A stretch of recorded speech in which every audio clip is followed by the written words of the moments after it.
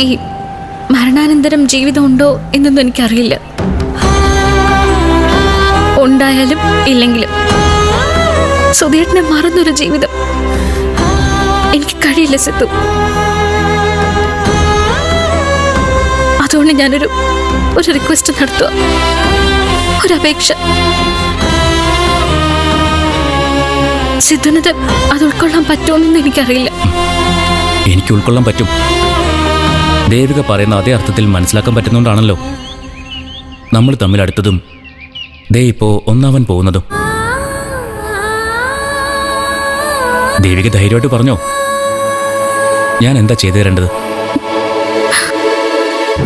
ഈ താലി,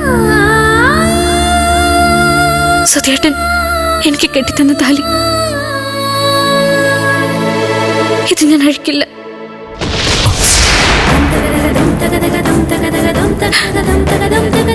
അത് സിദ്ധു അംഗീകരിക്കണം.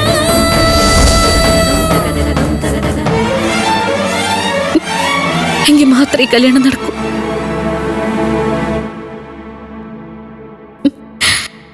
എനിക്കതിന് കഴിയില്ല സിദ്ധു. ഈ താലി പോയ പിന്നെ ഞാനില്ല. ദയവ് ഇതിന്റെ അവസ്ഥ ഒന്ന് മനസ്സിലാക്കണം.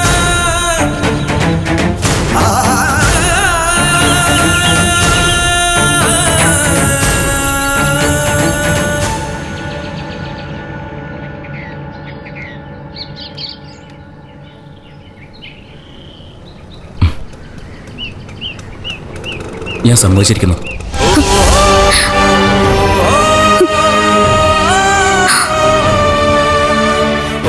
അല്ലെങ്കിലും ആ താലി തന്നെയാ ദേവിക അണിയേണ്ടത്.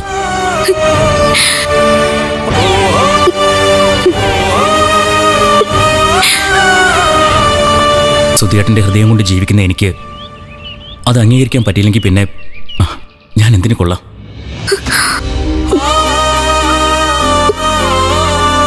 സത്യമാണോ സിദ്ധു പറയുന്നത്? സത്യം.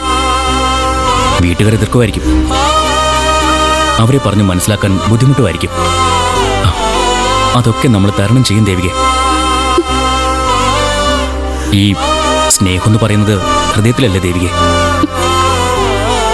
എൻ്റെ ഉള്ളിലിരുന്ന് മിടിക്കുന്നത് സുധിയേട്ടൻ്റെ ഹൃദയമാണെങ്കിൽ ആ ഹൃദയം ഉണ്ടാക്കുന്ന സ്നേഹമാണ് എനിക്ക് ദേവികയോട് തോന്നുന്നതെങ്കിൽ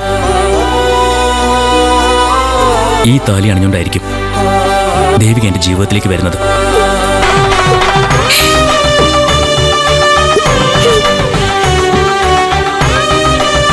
ഇങ്ങനെ നന്ദി പറയണമെന്ന് എനിക്കറിയില്ല. നല്ലൊരു പ്രശ്നത്തിൽ നിന്ന് ഇപ്പൊ സിദ്ധുവിനെ രക്ഷിച്ച് സിദ്ധുവിന്റെ സ്ഥാനത്ത് മറ്റാരെങ്കിലും ആയിരുന്നെങ്കിൽ ഇത് സമ്മതിക്കില്ലായിരുന്നു. താങ്ക്സ്. ഇന്ന് ഞാൻ ചെല്ലട്ടെ. ഒരു ദിനം കനവിൻ മലർവനം അരികിലത് മിഴികളിൽ അടരുകയോ, ഇതുവരെ കരളിൽ പ്രിയമൊഴി അതു പകരും പലതിനമോർത്തിടവേ. പണ്ടു പണ്ടേ പൂത്ത മലരുകൾ മിന്നും മിന്നാമേ